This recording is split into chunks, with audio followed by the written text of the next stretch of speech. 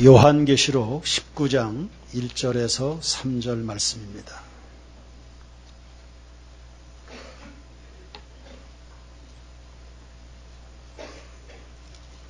요한계시록 19장 1절에서 3절입니다.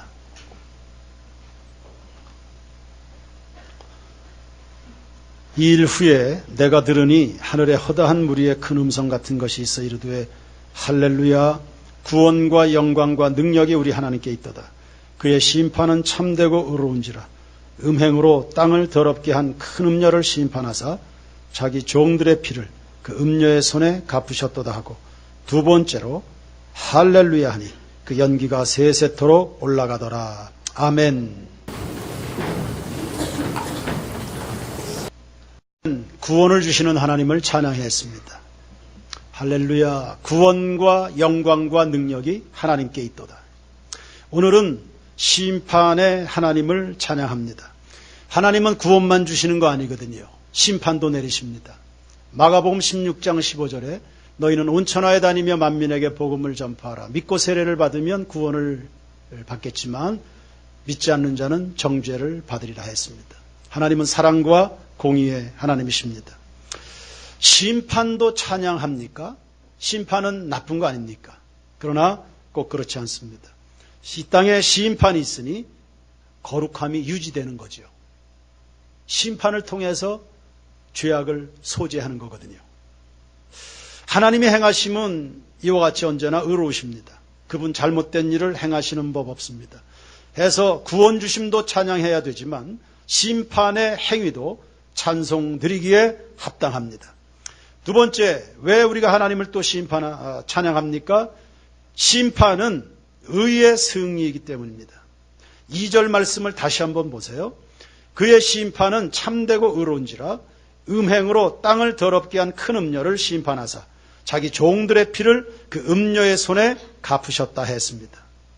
하나님의 심판이 큰 음녀에게 내려지고 있습니다. 적그리스도입니다.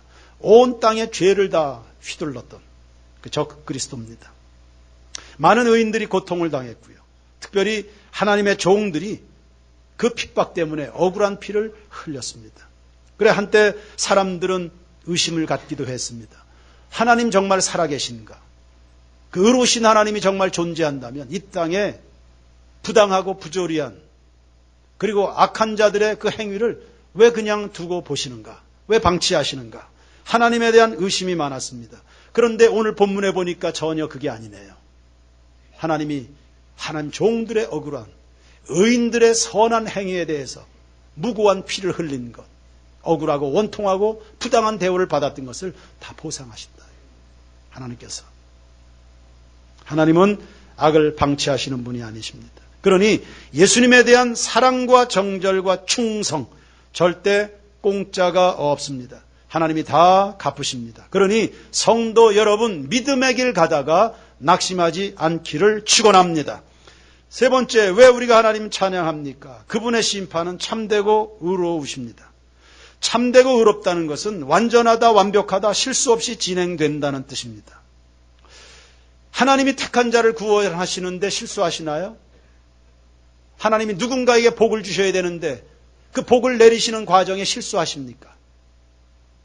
하나님은 다윗에게 복을 주시는데 실수해서 사울에게 복이 흘러갑니까?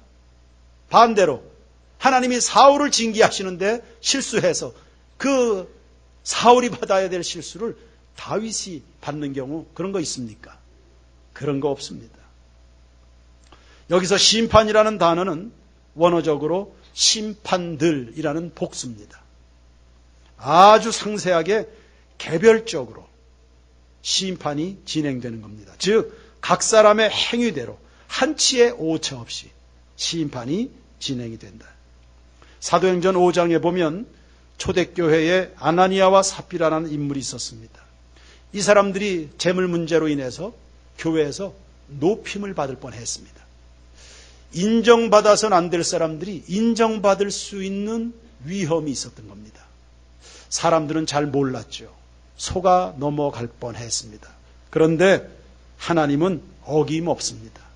그를 솎아내십니다. 그래서 교회의 거룩한 성교를 그대로 유지합니다. 여러분, 하나님 살아계시고 불꽃 같은 눈동자로 우리를 다 살피고 계십니다. 그분이 참되시기 때문에 세상은요, 잘못될 염려가 없다는 사실 기억하시길 바랍니다. 뭔가 잘못 틀어진 것 같다, 이거 문제가 심각하다, 잘못되어 가는 것 같다, 여러분 생각입니다. 세상이 혼란스럽기도 하고 뭔가 잘못 흘러가는 것 같은데 그거 다 하나님께서 세상에 심판하시는 과정입니다. 하나님이 역사를 만드셨고 온 우주를 창조하셨고 이 역사와 우주를 주관하고 계시고 우리의 인생을 섭리하고 계십니다. 여러분의 가정이요, 여러분의 회사요, 세인교회요, 하나님이 참되고 의로우시기에 잘못될 것 하나도 없습니다. 주님의 뜻이 이루어질 뿐입니다. 내 뜻이 오히려 좌절되고 하나님의 뜻이 이루어지는 과정에 우리는 아픔도 상처도 받을 수 있습니다. 그러나 그 나중은 푸른 초장과 실만한 물가가 될 줄로 믿습니다. 우리는 그 하나님을 찬양하는 겁니다. 네 번째, 하나님의 심판이 단호합니다. 악한 것에 대해 결코 타협하지 않으신다는 뜻입니다. 이사야 48장 22절에 여호와께서 말씀하시되 악인에게는 평강이 없다 하셨느니라. 이사야 57장 21절에 내 하나님의 말씀에 악인에게는 평강이 없다 하셨느니라. 이사야 66장 24절에 그들이 나가서 내게 패역한 자들의 시체를 볼 것이라. 그 벌레가 죽지 아니하며 그 불이 꺼지지 아니하여 모든 혈육에게 가증함이 되리라. 이사야 48장, 57장, 66장 위에서 소개한 일련의 이 말씀들은 이사야서의 핵심 장들입니다. 이 중요한 장들의 마지막 결론이 악인은 용납하지 않으신다는 하나님의 강력한 의지가 나와 있습니다. 악인들 평강 없다. 악인들의 시체를 보게 될 것이다. 하나님의 단호함입니다. 이 세상에서는 은근슬쩍 대충 죄악의 문제가 넘어가는 듯 보입니다. 하나님은 그렇지 않습니다. 그래서 이 세상에는 잘못 생각하면 어물쩡거리고 건들거리는 이런 사람들이 행세하고 큰소리치고 잘 되는 것 같이 보일 수 있습니다. 우리 눈에 그럴 뿐입니다. 하나님은 대충 하시지 않습니다. 세상 역사를 주관하시는 거 보십시오. 특히 예수님이 고난받으시고 십자가에 죽으신 거 보십시오. 세상에 그보다 더 부조리하고 부당하고 억울하고 원통한 일이 어디 있습니까? 그런데 세상은 다 그렇게 되는 줄로, 그리고 그렇게 끝나는 줄로 생각했습니다. 근데 예수님은 3일 만에 부활하셨어요. 그리고 승천하셨어요. 그리고 심판주로 다시 오실 겁니다. 하나님의 의와 진리는 늘 살아있다는 것을 말합니다. 그러니 성도 여러분, 평소에 하나님이 일하시는 것이 잘 눈에 보이지 않을 수 있습니다. 그래서 고린도전서 13장에 지금 우리가 희미한 듯 보이나 그때는 얼굴과 얼굴을 마주대하고 본다 하지 않았습니까? 지금은 하나님이 분명히 이 땅 가운데 역사하고 계셔도 우리가 영적으로 우둔하기 때문에 하나님의 손길 행하심을 잘 이해를 못합니다. 그러나 드디어 계시록 19장 2절에 보니까 드디어 이 말세때가 되면 하나님의 심판이 아주 적나라하게 명명백백하게 이렇게 표현해서 어떨는지 모르지만 그분의 심판이 화려하게 행사된다는 거예요. 그래서 의인들이 승리하고 감추인 것들이 다 드러나게 된다.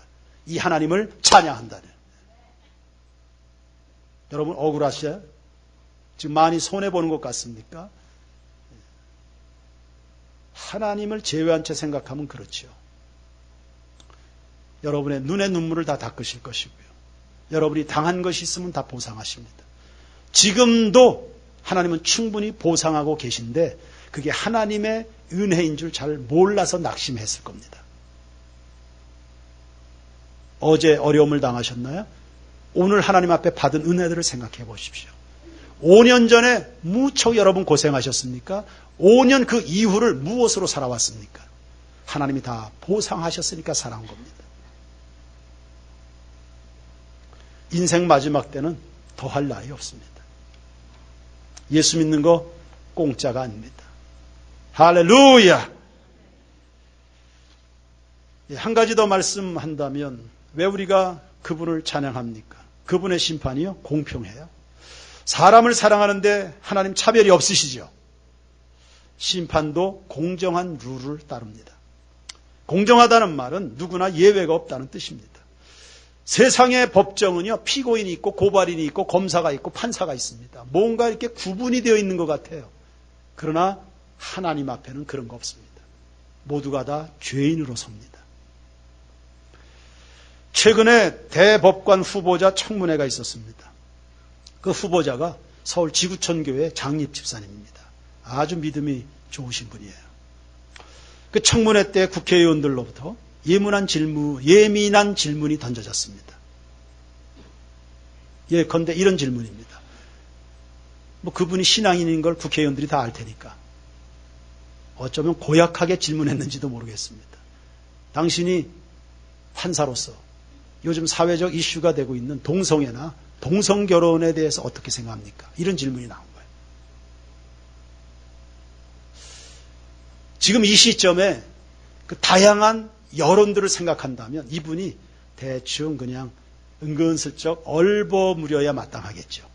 그런데 이분은 그렇지 않았습니다. 본인이 법조인이자 신앙인으로서의 소신을 명확하게 밝힌 겁니다. 참 감동스러운 장면이었을 겁니다. 그래 이 청문회가 마친 다음에 그 유명한 정치인이 있죠. 박지원 국회의원. 이분이 이런 말을 했습니다. 만약에 내가 재판을 받는다면 저분에게 재판받겠다. 그러니까 이분이 그리스도인으로서 참 곤란한 상황 가운데도 자신의 영적인 품위를 잘 지킨 겁니다. 그랬을 때 오히려 낮아지거나 손해본 게 아니라 사람들로부터 존귀와 명성을 얻게 되는 거죠. 이게 신앙인들의 걸음입니다. 예, 그분 참 훌륭한 분이라고 생각합니다. 자, 쉽지 않은 결단들을 했는데, 그런데 여러분, 사람이 아무리 깨끗해 보여도요, 하나님의 심판대 앞에 다 서는 겁니다. 누구나 다 그 앞에 나가는 겁니다. 모자란 듯, 괜찮은 듯, 훌륭한 듯, 어정쩡한 듯, 그런 거 없습니다. 하나님의 심판 앞에는 다 서게 되는 겁니다. 요즘에 주변에 일어난 사건, 사고를 다 보십시오. 나하고는 상관없는 줄로 생각했는데 어느 날 털커덕하고 찾아오는 게 사건과 사고 아닙니까? 혹은 질병들이 찾아옵니다. 예상 없이 부딪혀오는 것들에 우리가 사정없이 깨지고 넘어지기도 합니다. 죽음은 더 말할 것도 없습니다.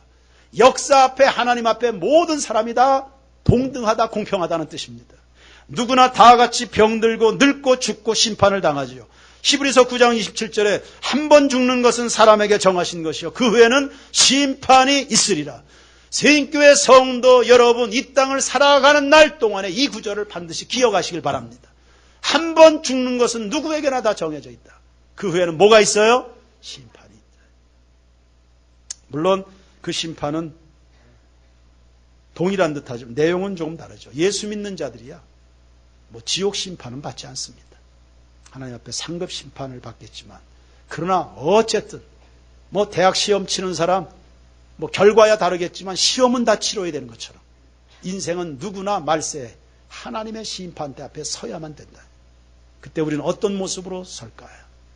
하나님의 심판이 누구에게나 동일하게 적용된다. 그러면 오늘 세인교회 교우들은 뭘 어떻게 생각해야 됩니까? 성도 여러분, 겸손하게 사시고 경건하여 하나님 앞에 심판받을 자처럼 준비됨으로 깨어있기를 주의 이름으로 축원합니다. 베드로전서 1장 17절에 외모로 보시지 않고 각 사람의 행위대로 심판하시는 이를 너희가 아버지라 부른즉 너희가 나그네로 있을 때를 두려움으로 지내라. 고린도후서 7장 1절에 그런즉 사랑하는 자들아 약속을 가진 우리는 하나님을 두려워하는 가운데서 거룩함을 온전히 이루어, 어떻게 이루어? 온전히 이루어 육과 영의 온갖 더러운 것에서 자신을 깨끗게 하자. 지금도 셀 수 없습니다. 하나님의 심판에 걸려 넘어지는 사람들 자주 봅니다. 그래서 정치인이나 유명 인사들 미투 운동으로 그 유명한 간판들 다 내리는 거 보십시오. 온갖 수치와 멸시 속에 그 이름들이 사라져가는 거 보십시오. 나하고는 전혀 상관없을 것처럼 생각했겠죠. 그렇게 하는 게 얼마나 수치스러운 일이요 인생의 실패인지 주변에 계속 일어나고 있는데 여전히 그런 일들이 계속 진행되고 있습니다. 그것을 하나님의 심판으로 생각하지 않기 때문입니다. 그냥 어쩌다 재수없이 걸렸다 이렇게 생각하는 겁니다. 어쩌다 살다 보니까 그렇게 됐다가 아니에요. 살아계신 하나님께서 부끄러운 행위에 대해서 그분이 심판을 하시고 있다는 것에 대해서, 그래서 이 순간마저라도 내가 정신 차리지 않으면 더 큰 것이 온다는 사실에 대해서 깨달아야 되는데 그걸 자기의 일로 생각하지 않는 겁니다. 하나님에 대한 의식의 결여가 이런 우스운 일들을 만들어내는 겁니다. 그러니 성도 여러분, 누군가 실패했다, 넘어졌다, 코숨 치지 마시고요. 여러분 자신을 잘 살피시기를 바랍니다. 나라고 대수입니까? 여러분이라고 별 수 있겠습니까? 시험 오면 다 넘어질 수 있습니다. 그러니 신앙의 경주에서 낙오하지 말고 끝까지 완주하는 성도들이 되어야 되겠습니다. 자기 성찰의 지혜를 가지십시오. 남의 허물 이런 거 생각하지 마시고요. 일단은 여러분 자신의 성찰을 하는 태도입니다. 그렇지 않으면 여러분 평생 남의 이야기만 하다가 인생 끝납니다. 소위 말하면 사회 비판, 친구 비판, 교회 비판 등등등등 이런 것들입니다. 주위 사람들은 다 자기를 욕하는데 자기만 몰라요. 그래서 나는 고칠 것이 없는 양 착각하고 살아간다. 사람들이 다 내 잘못됐다고 그러는데 자기는 모른다는 거예요.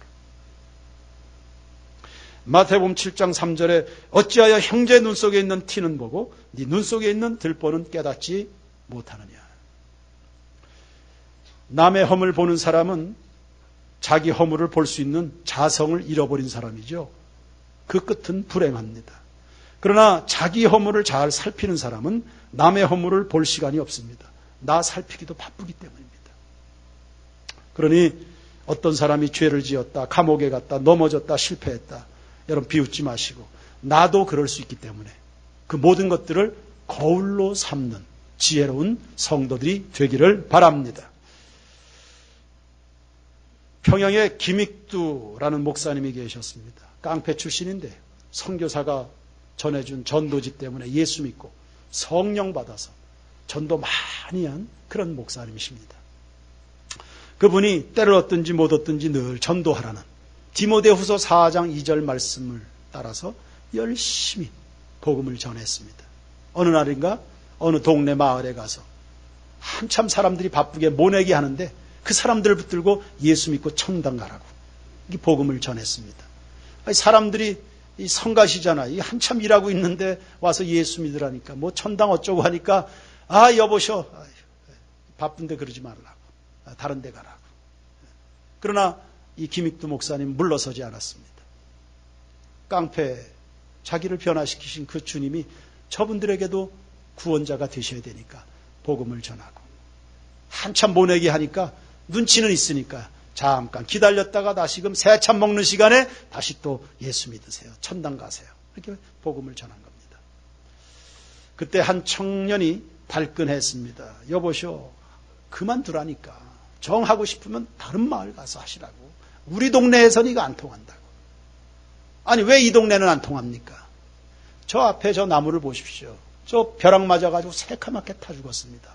하나님이 정신이 있는 분 같으면 못된 사람들한테 벼락을 때려야지 왜 멀쩡한 나무한테 벼락을 칩니까? 가만히 듣고 보니까 일리가 있잖아요. 순간 말문이 막혔습니다. 말문 막힌다고 물러나면 안 되죠. 우리에겐 뭐가 있어요? 우리에겐 기도가 있지. 하나님 지혜를 주십시오. 말문이 막혀버렸네요. 이런 때는 제가 어떻게 말을 해야 됩니까? 지혜를 주십시오. 하나님이 지혜를 주셨습니다. 그래서 목사님이 여보 젊은이 자네 학교는 다녀봤는가? 그럼요 다녔죠. 선생님이 공부 가르칠 때 교실에서 손에 뭐 하나를 이렇게 들고 왔다 갔다 하시는데 뭘 들고 다니시지? 뭘 들고 다니세요? 막대기. 아니 선생님이 왜 막대기를 들고 다니냐? 그거야 뭐 애들이 졸거나 정신 딴 데 팔고 있으면 칠판 땅땅, 책상 땅땅 해서 주의를 환기시키려고. 그런데 선생님이 이렇게 칠판을 두들겨도 아이들이 여전히 딴청을 피우면 그때는 그 막대기가 어디를 향하겠는가? 당연히 머리통이죠.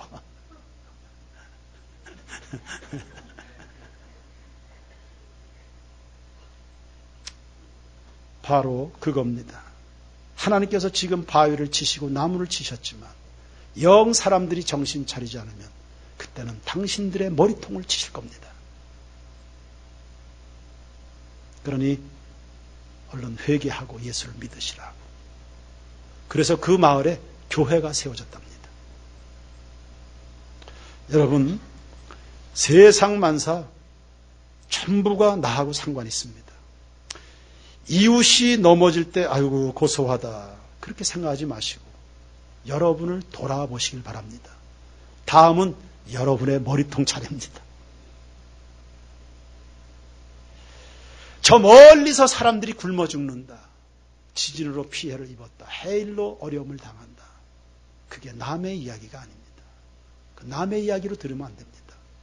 우리를 깨우시는 하나님의 메시지입니다. 계시록 19장에 나타나 있는 심판, 동시에 찬송과 영광을 받으셔야 될 그 순간이 다가오고 있다는 사실에 대해서 우리가 생각을 해야 됩니다. 최근에 역대급 폭염을 우리가 경험했습니다. 저 동남아시아보다 선교사님들에게 여쭤봤거든요. 동남아시아보다 우리나라가 훨씬 더웠습니다. 무려 10도나 차이 났습니다. 지구촌의 기후를 조절하는 최후의 보루, 북극이 얼음이 다 지금 녹아내리고 있습니다. 거대한 그 얼음 덩어들이 지금 녹아나가고 있습니다. 지금까지 그 북극이 한 번도 영상의 온도로 올라간 적이 없다랍니다. 올해는 영상 17도 이상 된 날짜가 여러 날이었다고 그러죠.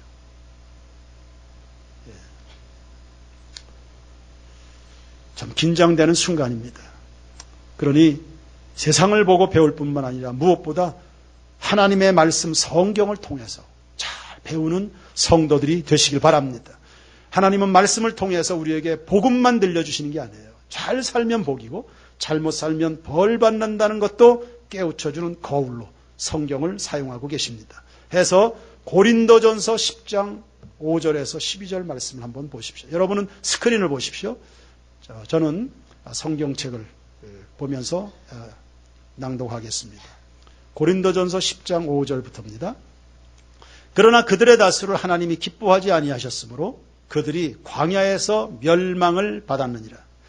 이러한 일은 우리의 본보기가 되어 우리로 하여금 그들이 악을 즐겨한 것 같이 즐겨하는 자가 되지 않게 하려 함이니 그들 가운데 어떤 사람들과 같이 너희는 우상 숭배하는 자가 되지 말라. 기록된 바 백성이 앉아서 먹고 마시며 일어나서 뛰논담과 같으니라.